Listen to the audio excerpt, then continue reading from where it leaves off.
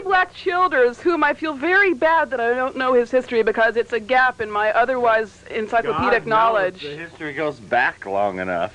Really? Were you involved with like the left bank or something? I'm sorry, even I had to leave that one alone. The left bank. I'm not that old. How about the left shore? Yeah, right. The left oar? Right. No, really, I want both of you to tell me everything you remember about Phil Oakes. Really, please. Who? Phil Oakes. Who the hell is that? I know Phil Oakes. I knew Phil Talk Oakes. about it. Please, Yeah. she likes him. You like Phil Oakes? Yes, I like Phil Oakes.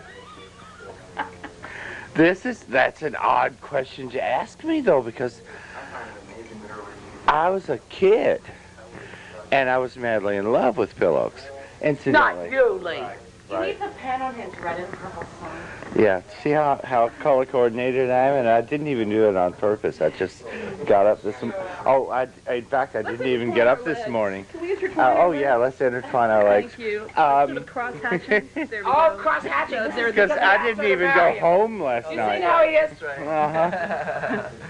So what about Phil Oakes? Yeah, I knew Phil Oakes, but I was madly in love with him. But he was a little older than me, only a little older than me. And he was married, and he had a little daughter, and he had the greatest voice.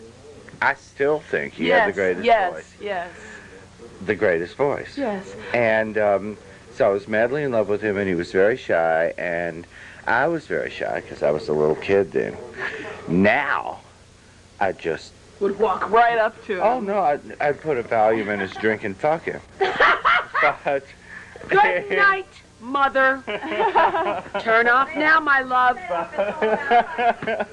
But in those days, I was She's done worse things than that in her time. I was still a southern kid, you know, from Kentucky, totally in awe of Phil Oakes, you know. So when I met him, and I met him at, 5 or 6 parties, you know, I would talk to him, but I'd basically talk to him about politics and about the Warren Commission. Yeah, and about about how much I loved his music and that kind of stuff.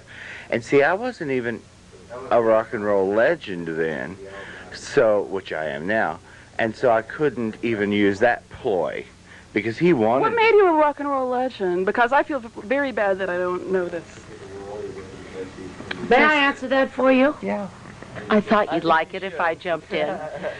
Leee Black Childers came to London as the stage manager of Pork, which was the Andy Warhol show which came to London in 1970. Correct me when I fuck up. Excuse me. 1971. Thank you so much. I love that about him. My encyclopedia, just like my dad. No problem. He sorts it right out. Mm-hmm. And I was very fortunate to spot him and to decide that I would cast my nets out and reel it in. Mm-hmm. And I'm happy to say that mutual. It was, and he became an executive at Main Men and was one of the most responsible of the executives, of which there were 3, Jamie Andrews, Tony Zanetta, and Leee Black Childers. Cherry Vanilla was a darn fine, I was going to say office girl, but I'll say publicist because that's the truth, though Tony DeFries wanted it to be a different way.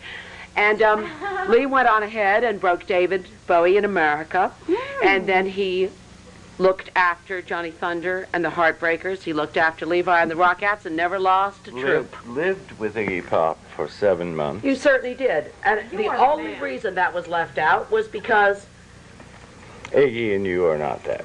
No, we were very good friends. You can't. Oh, sorry. Being a rock and roll legend does not mean having to endure Iggy Pop, for God's sake. That's how I Managing learned. 2 major bands, that's That's rather how I different. learned to swim. This is my. Phil Oakes loved James Dean. Phil Oakes went to James Dean's gravesite. Oh yeah, no. It's Phil a shot Oakes. of people at James Dean's gravesite Look, in Indiana.